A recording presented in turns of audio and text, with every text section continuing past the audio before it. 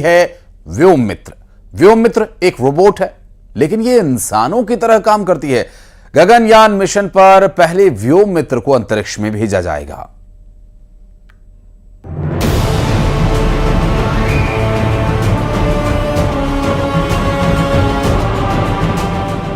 भारत के गगनयान मिशन के लिए तैयार है व्योम मित्र, भारत की पहली महिला अंतरिक्ष यात्री जो इंसान नहीं है।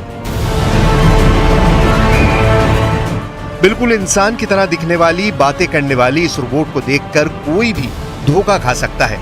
ये भारत के गगनयान मिशन को सफल बनाने की अहम कड़ी है और इसका नाम है व्योम मित्र।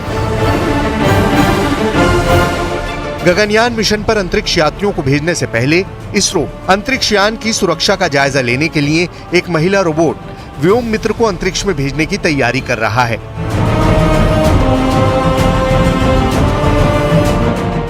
व्योम मित्र गगनयान के क्रू मॉड्यूल को पढ़ेगी और जरूरी निर्देशों को समझेगी। यह अंतरिक्ष में एस्ट्रोनॉट की तरह ही काम करेगी और किसी भी तरह की गड़बड़ी मिलने पर चेतावनी भी देगी।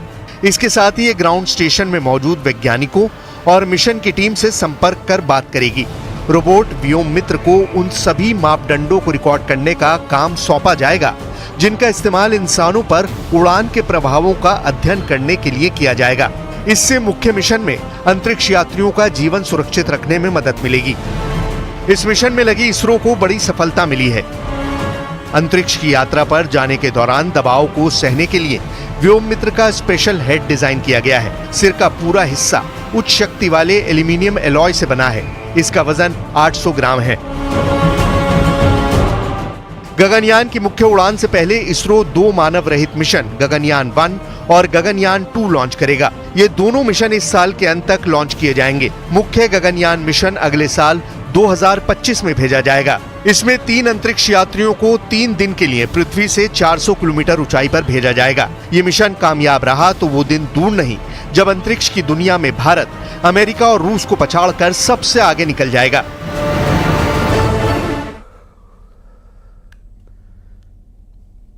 कोलकाता के आरजीकर अस्पताल में लेडी डॉक्टर के साथ दरिंदगी के बाद मर्डर की वारदात के बाद अस्पतालों की सुरक्षा को लेकर कई सवाल उठे। डॉक्टर्स प्रोटेक्शन एक्ट की मांग कर रहे हैं, लेकिन घटना से कितना सबक मध्य प्रदेश के अस्पतालों ने लिया? छिंदवाड़ा में देर रात न्यूज 18 की टीम ने जाकर इसका जायजा लिया। अस्पताल में कोई गार्ड नहीं था। इमरजेंसी यूनिट में केवल एक गार्ड था। 5 मंजिला इमारत की तीसरी मंजिल पर शराब पीकर लोग हंगामा भी करते दिखे, लेकिन तब भी कोई गार्ड वहां नहीं पहुंचा।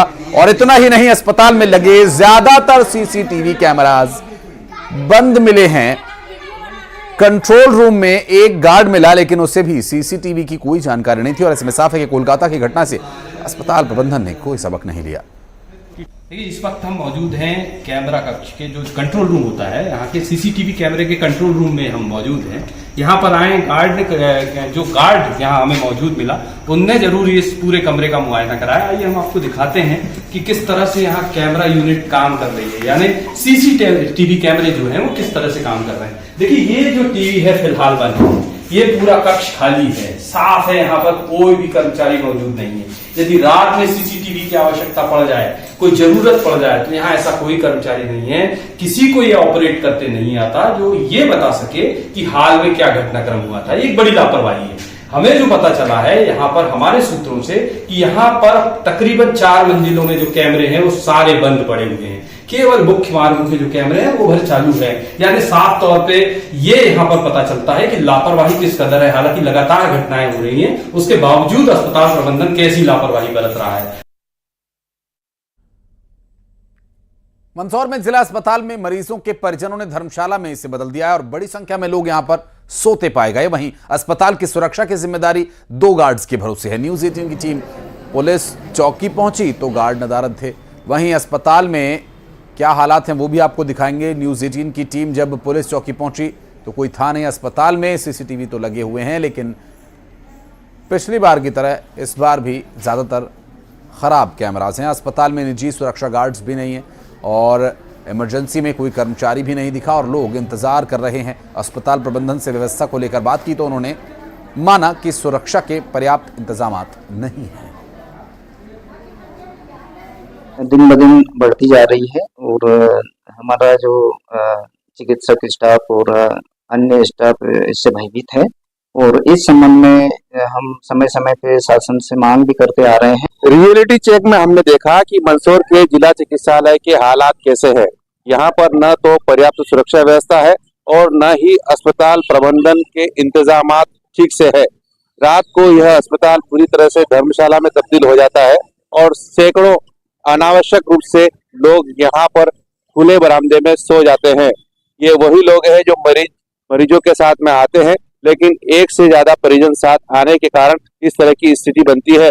अस्पताल प्रबंधन का यही कहना है कि हमारे पास पर्याप्त सुरक्षा बल मौजूद नहीं है, इसी कारण यहाँ पर अनावश्यक लोग आ जाते हैं और अस्पताल को धर्मशाला में तब्दील कर देते हैं।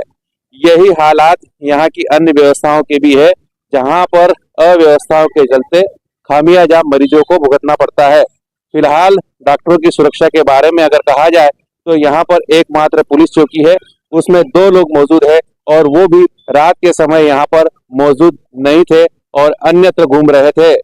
सवाल ये है कि डॉक्टरों की सुरक्षा के लिए सरकार कड़ी व्यवस्था करने की बात कर रही है और डॉक्टर सुरक्षा की मांग कर रहे हैं, लेकिन जो जिम्मेदार पद पर पदस्थ है और जिनकी जिम्मेदारी सुरक्षा की है, वो ही अगर सुरक्षा में लापरवाही बरतेंगे तो डॉक्टर्स और अन्य स्टाफ की सुरक्षा कैसे होगी।